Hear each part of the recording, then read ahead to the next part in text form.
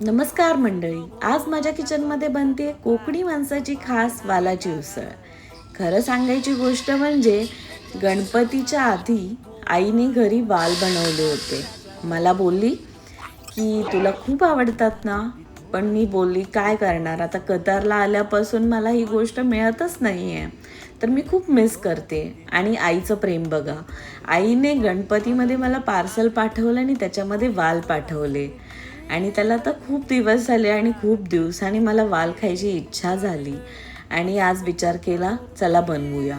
आणि वालाच्या उसळसोबत मला गरमागरम भाकरी, ते पण तांदळाची बरं का, आणि किंवा चपाती, गरम गरम चपाती, मस्त वाफाळता इंद्रायणी भात आणि त्याच्यावर गरम गरम कढी. आहा, म्हणजे विचार करूनच मला भूक लागली. तुमच्याकडे याला काय म्हणतात मला नक्की कमेंट करून सांगा. अशी मस्त रेसिपी खाऊन तुम्हालाही घरची आठवण येईल. चला, मी आता सिद्दीकला देते. बाय.